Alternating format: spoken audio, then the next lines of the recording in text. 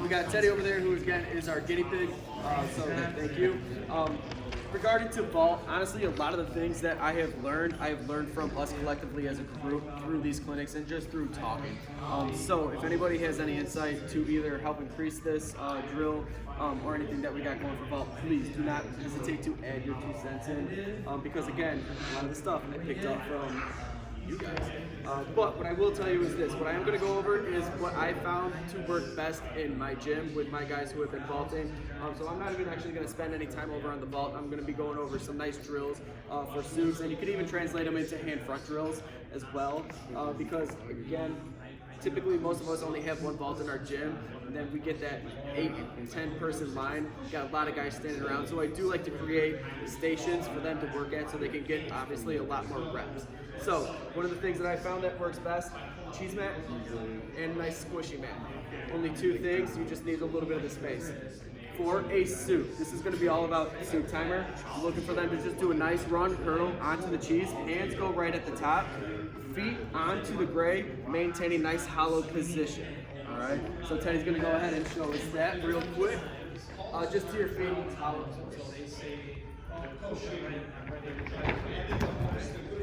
Good. Awesome.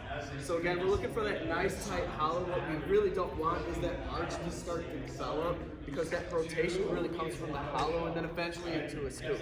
Now once they start getting a nice good block where the hips are rising, chest is coming up, eventually they're going to be able to use that rotation to scoop those toes through. The goal is to get onto their back without breaking that hollow position. So we're going to take out more turns again, trying to do that. Again, don't bend those legs. Good. Just feel a little bit more aggressive coming up. Right?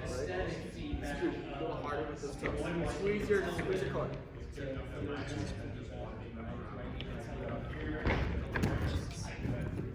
Pull a little low.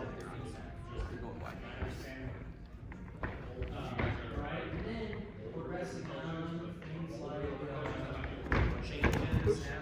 No? Good. I like that last one. So again, the goal again is to try to get to your back. This might be a little high. Sometimes you can do it with 2 8-inchers so that they can actually start getting the feel of what that scoop is like, so that they can create their rotation. If you don't have a mat that's a little bit lower, what you can always do is scoop that cheese away from that pit, allowing the feet to kind of sneak on through, so that now they can start feeling that rotation. So again, I got that gap in there. Same thing, chest up, hold hollow, hard toes. Push. What? Yeah, scoop a little bit more. Wait a little bit on that one. Cheese to the hair soon. Right? And then we're going to do that progressively as you try to do it higher and higher. Not bad. Not bad. Now, the one thing I do, again, really like about this drill is you can do a lot of repetitions about it.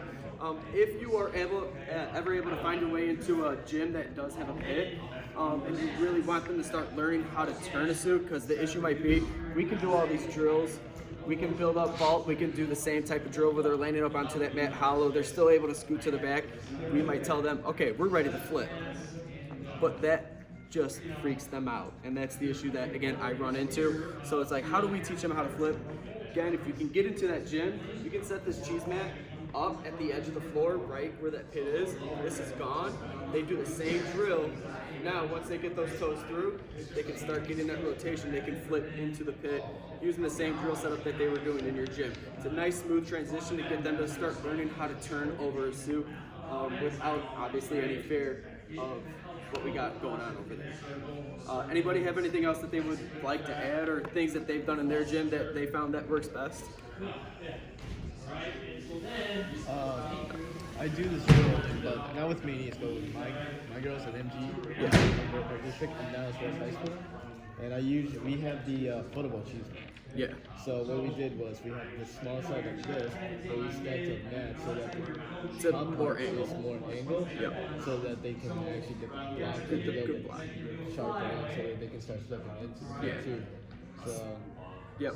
So if you want to start emphasizing that block, you can increase that angle. If you don't have a cheese in your gym, you can always set up springboards, one on top of the other, which I'll set that up right now. Or if you only got one springboard that's available for you, you can pop that springboard up onto a So, double springboard, you just kind of set it up. Just stand there. And with the springs, because we're at a slightly different angle with the springs, that spring actually has a natural propulsion, should help with that block a little bit. Yeah.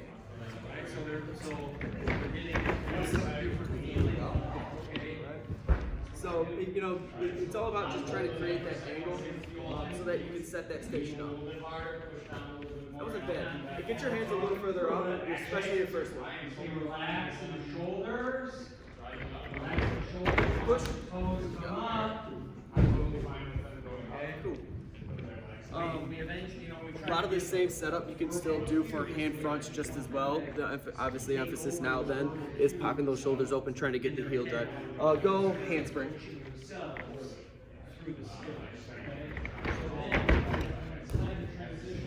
Then the goal for there, obviously, he's been working Sukes. I know that because we talked earlier.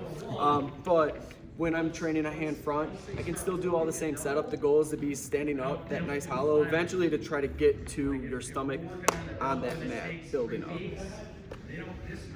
Any questions? Anybody want to add anything? I guess, what do you teach for hand placement on a suit? On a suit? One side of the Like, a lot of the guys that come in, I let them kind of do what's natural. Yeah, and then I kind of work around them. You know, because my guys who come in who have experience, they've already got the training. I'm not going to change anything that they were doing. My guys who are just learning my, you know, true high school gymnast, if you will, I kind of see what their hands are doing. I more so look for, are they going wide, are they going narrow, and how fast are they getting into the ball? Are they coming too high on, are they coming in shallow? But in terms of actual hand placement, as long as they're getting squared up to the wall, I'm okay with wherever their hands go, so long as they're not flipping sideways. But I do these drills, I build up on vault, and I keep it there for 2-3 weeks before we start really turning. Yeah. We try to go 2 or 3 inches above the ball side. It's going to do block. Stand up Yep. on the mat. So we put the cheese backwards, get the Lay feet on the clear in the cheese. middle. A couple of years ago, I remember Frank talking about spotting, and I would use that a lot. Coming off the ball, making sure you're finding a spot on the wall, opposite, staying hollow, Yep. setting, just like a round up back on the floor. Set up first before you pull. A lot of them want to just throw their heads back. Yeah. Find, you know, get that block going, spot first, get the shoulders lifted, stay hollow before you pull. Thought that was a good tip. When you guys teach Sukes, what do you like to tell them right after they punch the board? They punch the board, and then do you guys like to talk to them about hips up? Do you like to talk to them about heels up? What's the, because to me, a lot of what goes into a Suke is how fast you can get from the board to a handstand. Like how quickly can you make that transition? And I find that when I was a kid, I always remember getting taught to hit the board and drive my heels. And I feel like a lot of times what happens is bellies and chests come out because they're trying to drive their heels, and it sends the round off around the side, and then it's not a comfortable, they can't get into that flip on their Suke real nicely because they're not right over the top.